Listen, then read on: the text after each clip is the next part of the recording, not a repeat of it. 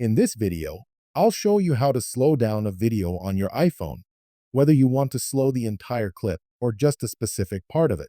So if you recorded a video and it plays too fast, or you want to add a slow motion effect to part of it, there are two easy ways to do this. I'll walk you through both. First, open the Photos app on your iPhone and find the video you want to edit. This first method works for certain videos, especially ones recorded at higher frame rates like 60 frames per second. Once the video is open, tap Edit in the top right corner. Now look for the small speed icon that looks like a claw. Tap on it. From here, you can adjust the playback speed. For example, you can change it to 50% speed. At the bottom, you'll see a slider that lets you choose exactly which part of the video you want to slow down. When you play the video, you'll notice it plays at normal speed, then slows down, and then returns to normal speed again. That's the first option. If you don't see the speed option in Photos, or you want more control, the second method is to use a free third-party app. I recommend CapCut. It's completely free, well-supported, and made by the same company as TikTok. Go to the App Store, search for CapCut, download it, and open the app.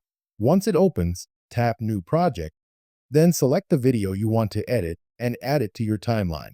To slow down the entire video, tap on the clip so it's highlighted, then swipe through the tools at the bottom and tap Speed. Choose Normal, then lower the speed, for example, 0.5x or 0.8x. You'll see the video duration increase as it slows down. If you only want to slow down part of the video, tap on the clip and use Split where you want the slowdown to start.